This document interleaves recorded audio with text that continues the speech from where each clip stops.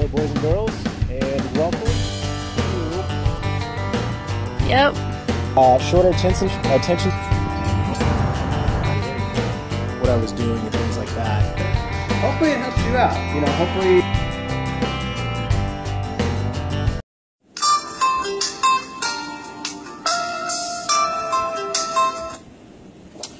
How's it going, boys and girls? Good morning. It is a beautiful Wednesday.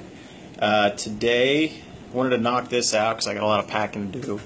But today, we are going to talk a little bit about the history of PTSD.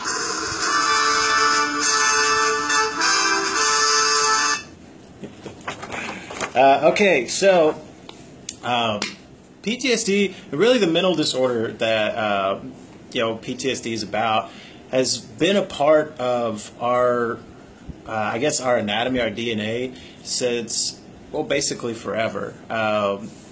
If we could go back and study cavemen whenever they're fighting saber-toothed tigers, I'm sure they would have a form of PTSD from that traumatic event. But the earliest documented case of PTSD came in 1678, where the Swiss coined the term nostalgia. Now that basically meant that soldiers on the front line, were basically suffering from melancholy and were homesick. The first documented case for the U.S. came in 1861, when U.S. doctors started documenting the stresses of war on Civil War soldiers. Now again, at the time, there wasn't a whole lot that was known about PTSD, so the basic mentality behind soldiers suffering from these things were they were weak, undisciplined, or homesick. In 1905, the Russians, of all people, were the first to declare battle shock as a legitimate illness. And this came just a few years before World War I, where shell shock was used.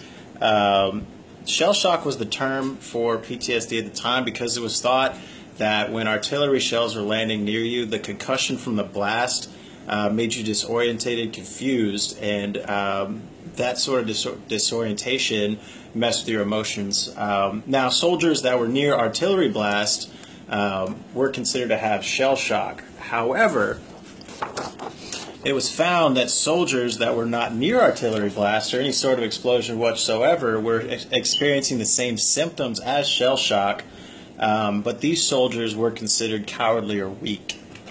When World War II came around, the term then was either combat exhaustion or battle fatigue. Now, the main difference between World War II and World War I is World War I, you had massive armies fighting each other. In World War II, you had smaller groups of armies fighting each other, which meant that you had a smaller social group to help you get through whatever you were going through. So that's why back in 1943, a study was done that was showing anywhere between 25 and 50% of combat troops in World War II were suffering symptoms of either combat exhaustion or battle fatigue, so which led the Army to coin the term, every man has his breaking point. And finally, in 1980, PTSD was officially recognized and added to the DSM-5 at the VA. This came after, of course, the Vietnam War, where our boys and girls in uniform were coming home, and instead of receiving the support they needed from the community, they were basically ostracized and called baby killers, which is unfortunate. We have a very long history of ignoring things you don't understand, and I guess blaming people for things that we don't want to be a part of. But luckily in 1980, that's when PTSD was officially added. And since 1980, there's been extensive research on it. So now where we're at is actually the pinnacle of the mental health research. And I'll go more into that later. But yeah, so tomorrow I'm going to start talking about symptoms. I hope that this short little information on the history of PTSD was entertaining. And you guys learned a little bit. So let's go ahead and knock out some push-ups, and I got to get to class.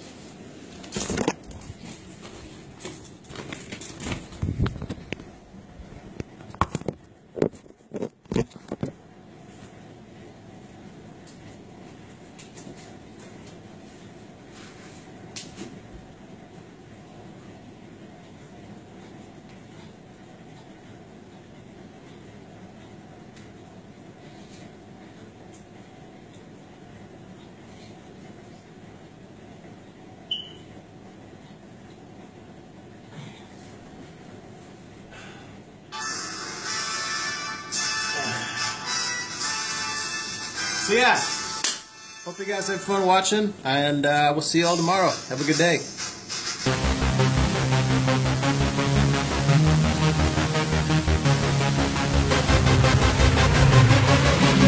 Yeah.